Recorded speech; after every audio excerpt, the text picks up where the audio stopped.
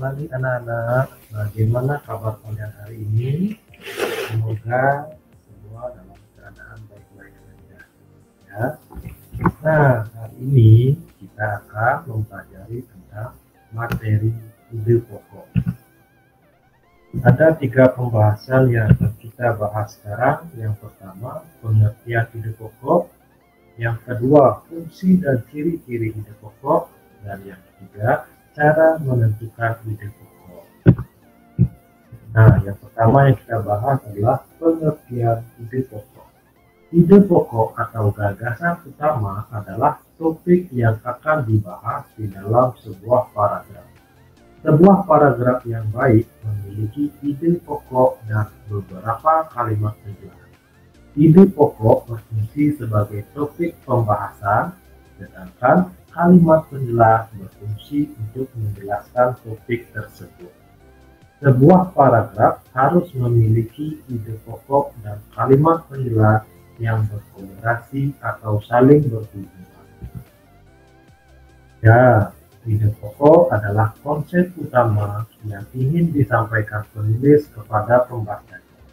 Adapun istilah lain untuk menyebut ide pokok adalah gagasan utama yang menjadi landasan sebuah paragraf. Dalam sebuah paragraf, biasanya hanya akan ditemukan satu ide pokok. Letak ide pokok tersebut ada di awal ataupun akhir paragraf. Yang kedua yang kita bahas adalah fungsi dan ciri-ciri ide pokok. Fungsi ide pokok adalah memberikan penjelasan dan inti suatu bacaan atau paragraf, sehingga pembaca dapat dengan mudah memahami paragraf tersebut dan menjelaskan inti dari suatu paragraf. Dengan mengidentifikasi ide pokok, kita dapat mengetahui ide utama dari paragraf tersebut. Dan ciri-ciri ide pokok tersebut memiliki kalimat pendukung, kalimat pengembang, atau penjelasan. Ada yang mendukung, baik itu berupa penjelasan atau alasan yang menguatkan inti dari sebuah paragraf atau pusat pembahasan. Jika ada yang masih belum familiar dengan ide pokok, sebenarnya ide pokok memiliki nama lain yang sering disebutkan. Pertama, gagasan pokok, pokok pikiran, pokok masalah, pikiran utama, inti paragraf, inti masalah, masalah utama, tema, topik, maupun simpulan. Nah, kemudian bagaimana cara menentukan ide pokok tersebut? Mari kita simak sama-sama.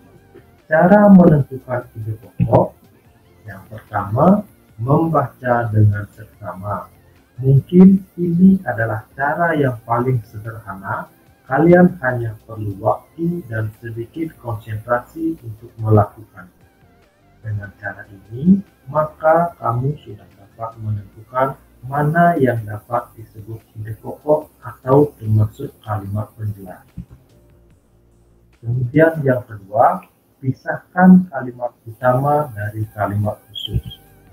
Kalimat utama biasanya akan diikuti atau didahului oleh kalimat khusus. Untuk dapat mengenali sebuah kalimat khusus, kamu dapat memperhatikan salah satu cirinya, yaitu sebuah kalimat yang berisi contoh, bukti, atau rincian khusus. Jika kalian melihat adanya sebuah kalimat dengan ciri tersebut, maka itu adalah kalimat khusus. Setelah itu, pisahkan keduanya.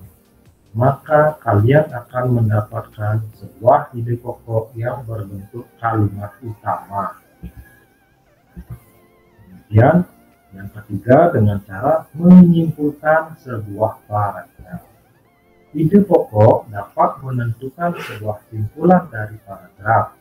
Oleh karena itu, dengan membaca sebuah paragraf dan kemudian menyimpulkannya, maka kalian akan mendapatkan sebuah ide pokok. Nah, anak-anak, segitu saja yang bisa Bapak sampaikan dalam video ini. Terima kasih, selamat belajar, selamat bekerja.